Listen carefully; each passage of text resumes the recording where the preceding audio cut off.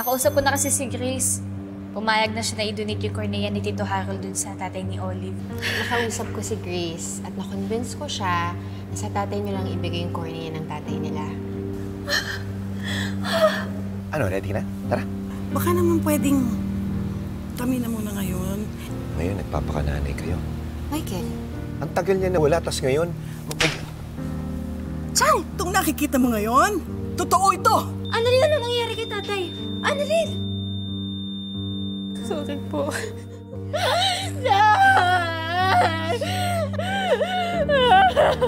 This is the first time na namatayan ka ng pasyente and unfortunately, isang tao na malapit sa'yo.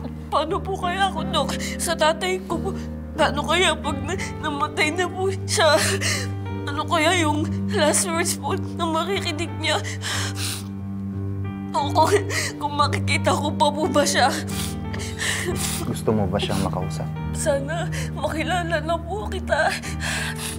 Kasi hanggang ngayon, yun po yung gustong-gusto ko eh. Yung maramdaman ko po, yung pagmamahal niyo.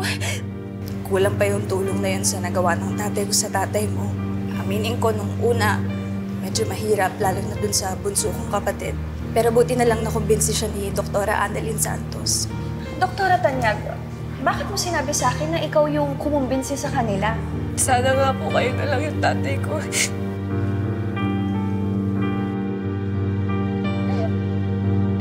Annalyn!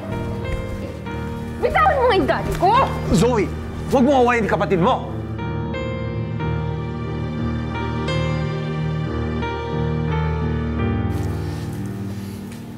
Michael? Chang, Wala dito si Lynette. kayo talaga pakay ko. Chang, pasensya na mo dun sa mga inasal ko nung nakarang araw. Mali po ako. Anong laman yan? Tsokolate o, tsaka bulaklak. Kapatid? Magkapatid kami ni Annalyn? Magkapatid naman talaga kayo ah. Hindi ba magka-batch kayong dalawa?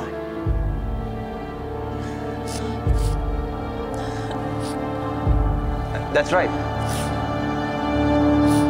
We're all a family here. Oh, please lang. We're no family here. We're just co-workers. At kung family lahat ng doktor sa'yo, bakit si Annalyn lang hinahag mo? Ha? I never saw you become close with Dr. Dizon, Dr. Sarmiento. Zoe, bata pa lang si Annalyn, kilala na siya ng dad mo. Parang naging daughter figure na niya si Annalyn. Kasi nakita na niya lumaki si Dr. Santos. Yun. Yun ang sabihin mo. It makes perfect sense. What, Annalyn here is some sort of your ideal daughter? Ha? Hindi ganon, Zoe. No! I get it. Dahil parehas kayong genius? Ha? And you wish that I was also a genius? Bakit? Kailangan ba maging over 140 ang requirement sa'yo? Ng IQ para maging daughter mo? Zoe, I've already told you. Hindi mo kailangan patunayan sarili mo sa akin. You are enough. Pero bakit ganon?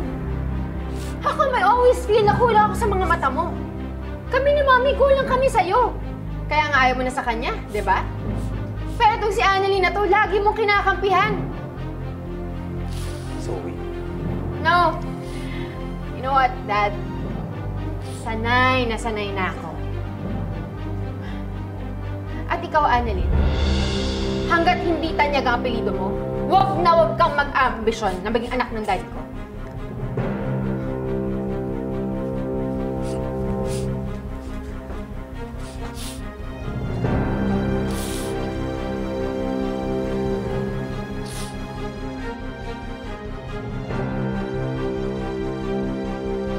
Akin na to. Sa'yo na yung bulaklak mo. Ibig ko ba sabihin yan, pinatawad niya na ako? Oo naman. Pasensya ka na rin sa akin. Nabigla lang ako. Pero sana naman kasi, maintindihan mo na ayoko munang magka-boyfriend si Lynette. Gusto ko sana maabot niya muna lahat ng mga pangarap niya bago siya pumasok sa isang relasyon. Tsaka yun din naman ang gusto kong mangyari. Matupad ni Lynette yung pangarap niya. Pwede naman hong pagsabayin yun eh. Habang tinutupad ni Lynette yung pangarap niya,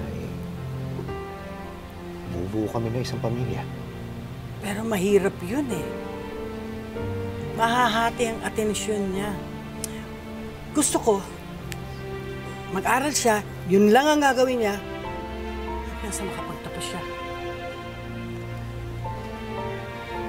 Alam mo naman na, hindi ko nagawa yan para kay Lynette eh. Ang laki ng pagkukulang ko sa batang yan. Kaya kung mahal mo siya, hahayaan mo munang matupad niya lahat ng pangarap niya.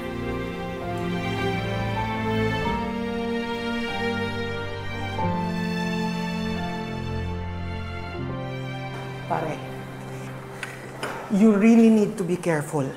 Hindi lahat ng oras nandyan ako para magpalusot. Baka makahalata na si Zoe. Kaya nagpapasalamat ako sa'yo, pare. Umiiwas naman talaga ako kay Annalyn. Kaya lang, I just couldn't help it. Lalo na natakot ako sa idea na mababaon na ako sa limot. Well, that's the price you have to pay, pare. I know. Kaya nga nakontento na ako sa mga fleeting moments namin na napapayuhan ko siya, nayayakap ko siya. Ang sarap lang sa puso na marinig na how much she yearns to meet her father. Which she doesn't know is me. Kaya alam ko, mapapatawad niya rin ako. So yun ang plano mo. Kaya ka nagpapaka-close kay Annalyn para, someday, kapag na-discover niya na ikaw pala talagang tatay niya, hindi siya ganun kagalit sa'yo. Sabi niya kanina, she wished I was her father. Yun ang pinakamasarap kong narinig, Ray. If only she knew how much I wanted to tell her the truth. Well, Annalyn may accept it. But she could also hate you for it kasi hindi mo siya kayang panindigan. Si Zoe naman, well, either she accepts it or hates you forever. Lalo pa ngayon na hindi maganda ang tingin niya kay Annalyn. Para if your secret comes out, you could be on the losing end on both your daughters. Kaya nga dapat magkabati yung dalawa eh. Hindi na dapat sila nagkakagulo. Kaya nga delikado masabi mo yung totoo eh. I know. Wala naman talaga ang choice, kundi ilihim tong lahat. Pero thanks again, pare.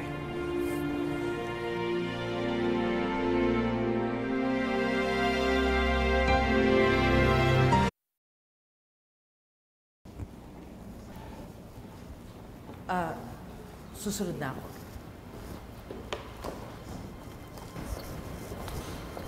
Excuse me, sandali lang. Kilala kita. And I don't like you. Anong ginagawa mo dito? Nagtatrabaho po ako dito. Paano ka nakapasok dito? Nagpa-check up ako. Pagkatapos may nakita akong nakapaskil na hiring, nag-apply ako. Natanggap ako. Ayan o. I don't believe this. Nagsasabi po talaga ako ng totoo. Nagtatrabaho po talaga ako dito. Hindi ba ikaw yung gustong tumakas dahil ayaw mong bayaran ng hospital bills mo? Paano kita pagkakatiwalaan? It's true, Mom. She's a street scammer. Kaya dapat tanggalin na yan dito. Wow. Ikaw nga itong may atraso sa akin eh. Nabundol mo ako, di ba? Ma'am, binundol po ako niyan. What is she talking about? Binundol niya ako. Is that true, Zoe? Ma'am, hindi po ako nagsisinungaling. Nabundol po niya talaga ako. Kaya nga ako napunta rito eh. Why did you never tell me anything about this? Mom, it was an accident, okay? Ma'am, okay na naman ako ngayon eh. Oo. Inalagaan ako ni Dr. Zoe. Bait niyan eh. Pasensya na rin po kung hindi maganda ang first impression niyo sa akin. Pero, Totoo po. Nagbago na ako. Huwag niyo po akong tanggalin. Kailangan ko po itong trabaho to. Pasensya na po. Kahit itanong niyo pa po sa bisor ko. Magmula nang dumating ako dito, maski na isang bawang o tinidor, wala pong nawawala. Nagbago na po ako.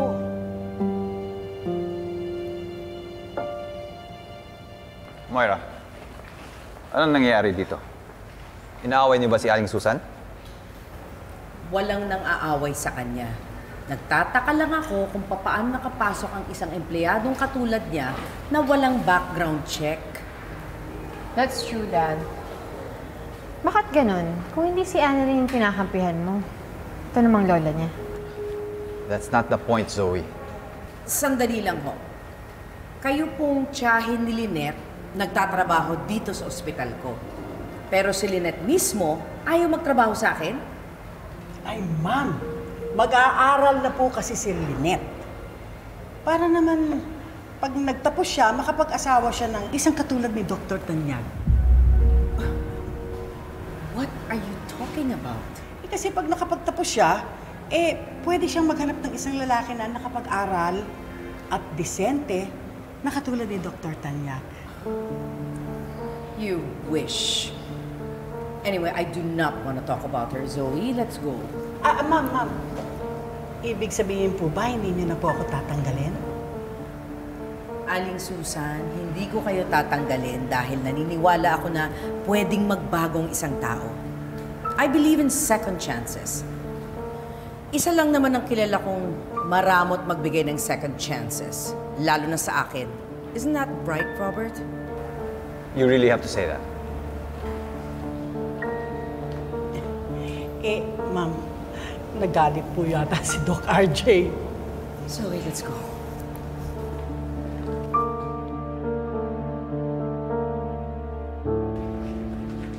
Michael, thank you po sa pagsama po sa akin sa lamay kanina. Okay lang yun. Annalyn, ikwento po sa'yo ng nanay mo yung nangyari sa amin ng lola mo? Hindi po. Ano po nangyari? Nagkasagutan kasi kami ng lola mo eh. Medyo batsa at ata ako sa kanya. Okay naman na po ba kayo ngayon? Oo, okay na naman. Nag-sorry na ako kanina. Pero parang hindi naman ata siya boto sa akin eh. Tito Michael, overthinker. Hayaan niyo po muna. For sure, magiging boto din po sa'yo si Lola. Bigyan niyo lang po ng time. Yan ang gusto ko sa'yo eh. Ha? Talagang love na love mo ko eh. Siyempre, boto po kaya ako sa'yo. Yan.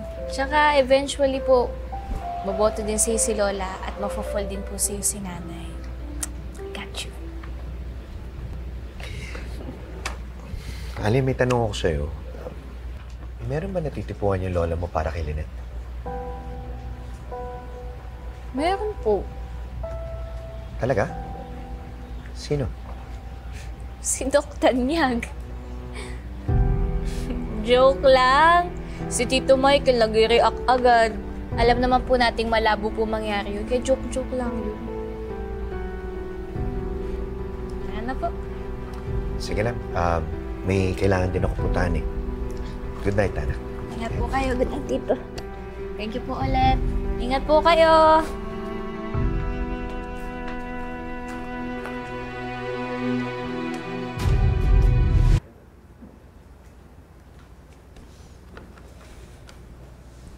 Nay, happy first day po bukas.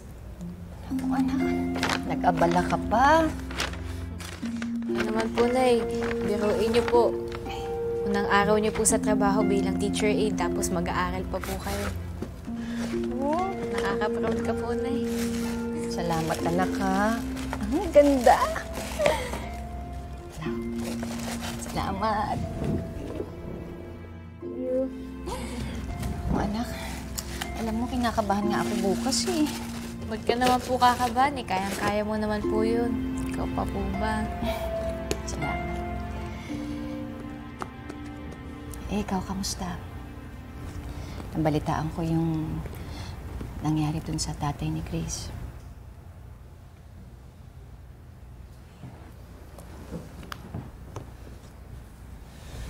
Ito po, Nay. Sobrang bigat nga po kanina ng pakiramdam ko eh. Pero kahit pa paano gumaan naman din po dahil kay Dr. Tanyag. Dahil kay Dr. Tanyag? Tinamayan niya po kasi ako sa pag-iyak ko po kanina eh. Tapos niyakap niya pa po ako.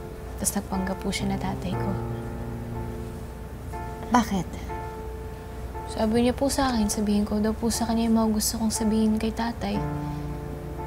In fairness po na gumaan po talaga yung pakiramdam ko. Annalyn, diba napag-usapan na natin yan? Diba ang sabi ko sa'yo, huwag ka masyadong makikitungo ng personal kay Dr. Tanyag. Ha?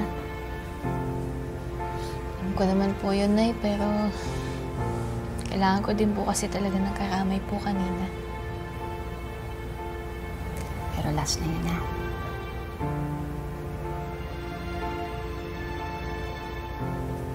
Pahinga na po ako. Pahinga ka na rin po, Nay. Sige, sunod na ako. Love you. Love you, anak. Good night.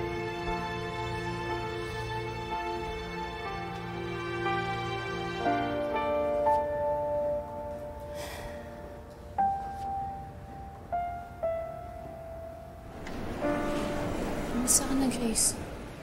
Pupunta ako sa burol ni Tito Harold mamaya pagkas ng duty ko. Salamat, Annalyn, ha? Ito, nakakuha ko na yung death certificate ni tatay. Tsaka may inaayos lang para sa burol niya. Saka pag may kailangan kayo, sabihan mo lang ako, ha? Maraming salamat, Annalyn, ha? Sa lahat ng tulong mo. Hindi namin malalagpasan ni Ate Faith kung di dahil sa'yo. Alam mo, Grace, sigurado akong masaya si Tito Harold dahil okay na kayo ni Ate Faith.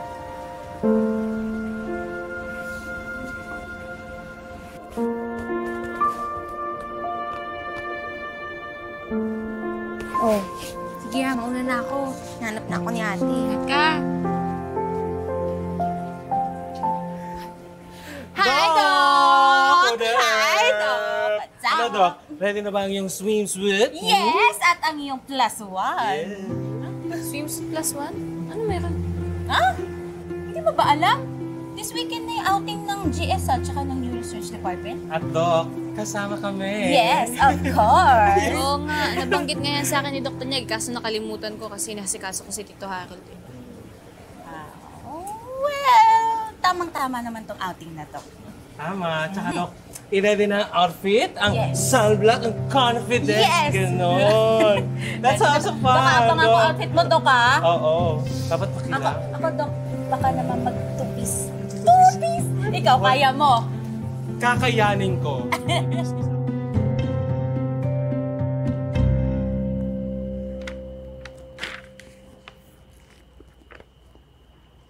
Anak, ito, ginawa kita ng gatas. Thank you, Nay. Hindi ka pa ba matutulog? Hindi pa po ako inaantok eh, tsaka hindi ko pa rin pumalis sa isip ko yung nangyari kay Tito Harold. Nagpunta nga ako doon kanina eh. Ikaw po, Nay. Kamusta po unang araw ng klase mo?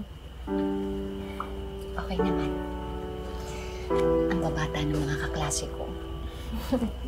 Pero, mababait sila sa akin. Meron nga kaming groupings eh, para dun sa project namin. Nay, may klase po ba kayo sa Sabado? Wala. Bakit? Gusto ko po sana sama po kayo sa outing namin eh. Sino-sino ba kayo? Buong ospital ba? Hindi na po, GS lang po tsaka ng research department. May +1 daw po kasi. Gusto ko po kayo po yung sumama sa akin. Tsaka maganda daw po yung lugar, tas libre pa kasi part-time owner po si Dr. Tanyag. Ay, nako, wag na. Hindi na ako sasama. Mamaya nandun pa si Dr. Tanyag. Lalong talagang hindi ako sasama.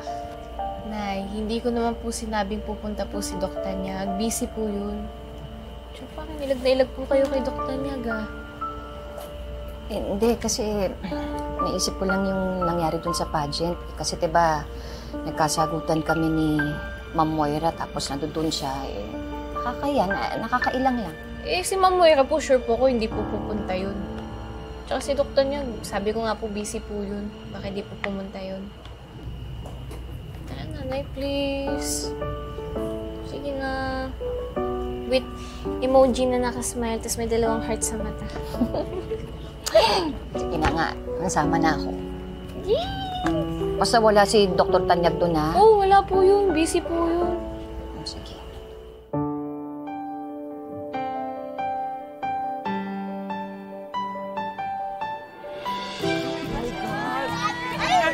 I love it! Mars! Sinabi mo rin yung isang ahog. Ganda na! Ay! Sabi ako lang sawi. Paano naman yung sinasabi niya? Halika nga, picture muna tayo. Tara, picture. Tama na yun. Halika, picture ulit. Ay, kayo na lang. Huwag na ako. Dita, saan na pwede? Ay, o sige. Congrats! Ito na ba lahat? 1, 2, 3. Welcome, everybody! You all know your room assignments. Pwede nyo na rin kunin ang key cards nyo. Yes!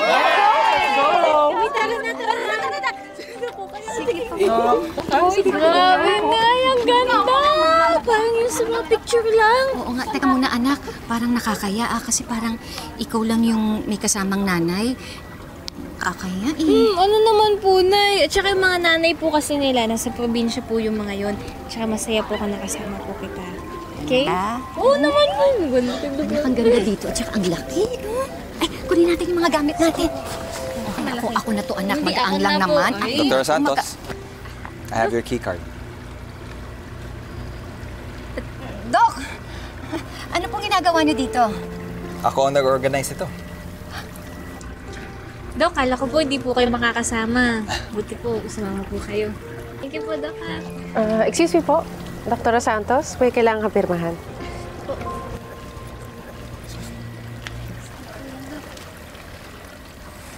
Ay! Ako na! Aka na nga yung susi namin. I'm just trying to help, Lynette. Pwede ba? Huwag mo kong malinit-linit. Pwede ba? Lumayo ka nga sa akin. Baka mamaya makita tayo ni Annalyn. Huwag ka nga masyadong masungit. Baka mamaya mahalata ka ni Annalyn. Ay, tara po. Anak! Okay na? Apo, Doc, mauna na po kami. Salamat po. Thank you, Doc.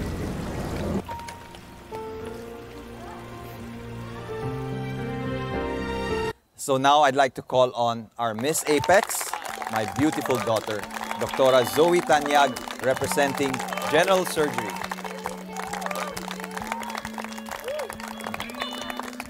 And of course, our first runner-up, Dr. Annalyn Santos, representing Neurosurgery.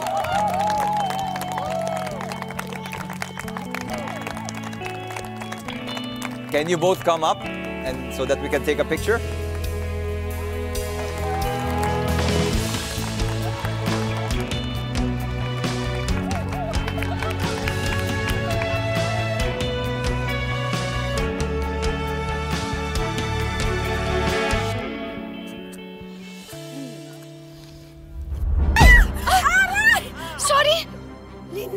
Moira, ano ka ba naman? Sorry po, hindi ko po talaga sinasadya. Sinasadya mo talaga eh! Ano po sinasadya? Pasensya na po, Ma'am Moira. Hindi ko po sinasadya.